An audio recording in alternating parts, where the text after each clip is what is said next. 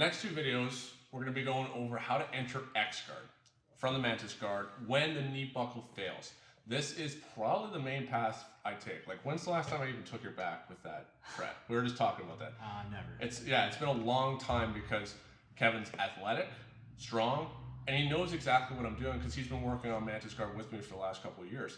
And so he doesn't want to let that knee ever get buckled. There's times where I buckle it for a second and then he extends his leg. And that overreaction is what's going to create that opening of his legs that then allows me to start moving into X guard. So, as we go here, maybe I move Kevin even for a second, or he's already going to be keeping his knee up, which is what we're going to talk about next. But here, as I start to try and buckle his knee, either it's not moving, or in the case, like say he puts his hands on the mat, I buckle it for a moment, and then, but what am I doing? My movement here, if I haven't buckled his leg very much, is against a full leg extension that if he powers his leg out like that, he's just going to send me back.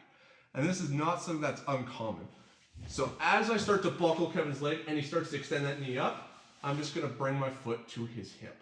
This extension here is going to give you that space that opens the door. Right now, if his knee's buckled, what happens if I try to go to X guard? Man, I'm kind of blocked here. This sucks. But I don't need to because I have the ability to buckle his leg in and go to the back. But this is going to create the opposite response. And as I try and buckle it, he opens that knee up. Boom. Here. And I just did the very typical saying a boom while completing the technique like most instructors do. I bring that foot over top to the hip just to have a frame because he's going to be trying to push back into me. And I don't want to be trying to bring this leg into X guard like this as he drives back into me. And maybe it gets awkward, maybe my legs ended up getting redirected. We know the direction he's driving. So as I go here, as he extends that leg, you can see how I can quickly bring my knee out and just put the foot on his hip.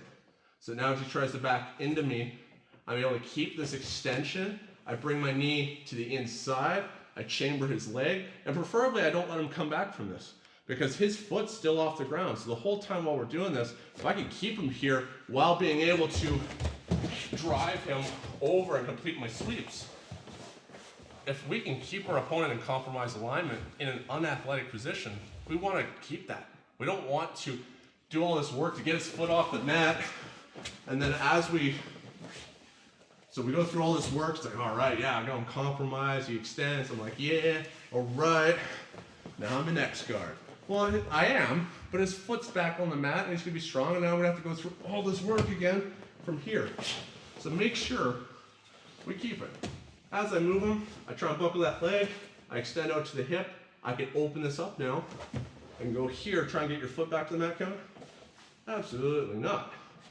I keep that near side hip because I like this. If you guys have questions about that X guard stuff, I have some videos on my YouTube channel. I prefer to have the near side hip with a shallow hook rather than going far to the normal, more traditional X guard. Nothing wrong with it, but I have my explanation in that video. This gives me a strong leg press motion to keep him here so that whether I'm looking to drop him down to that knee to build up into a technical stand-up sweep, or knocking out the back ankle, going into leg entanglements. Like, this is not an X guard instructional, but I'm showing you a way that gets us underneath to control the inside space of our opponent. Let's go in this direction. Try to buckle the knee, extends, put the foot on the hip. Now I just give a lift here and maybe a little bit push if I need it, just to get my knee to the inside like this. Now I'm nice and strong. I get chambered up to my shoulder, I control the leg here. Depending on where he is, maybe he's trying to push back into me. I drop behind his ankle, and knock him down here, which then allows me to start coming up into double under passes. We want to make sure we get our knee back to that one side, just because my knee could be accessed as a bit of a lever here. So if I'm here, and I knock Kevin over, and I go to here, but I keep my foot here on this side. See how my knee's pointing that direction? If he drops his knee heavily back in, he could still kind of pin me down here. There's gonna be a bit of a scramble of a bunch of different things, but it's an unnecessary problem. Where if I put my foot to the hip, and I lift him, I point my knee up to the sky now. Now if he tries to drop his knee down, he probably won't be able to, but even if he does, it just goes to the outside here and I don't care. I'm gonna have the ability to still just move into leg locks, depending on if this is gi or no gi, or clearing the leg off to the side, or it's just not a problem that bothers me. I'll be able to start moving up and still working on trying to threaten the back or completing the technical stand-up sweep. So make sure you get your knee to the inside. We want to control the inside space with X guard, and this is a great way where you're able to combine the threat of the knee buckle into an X guard entry.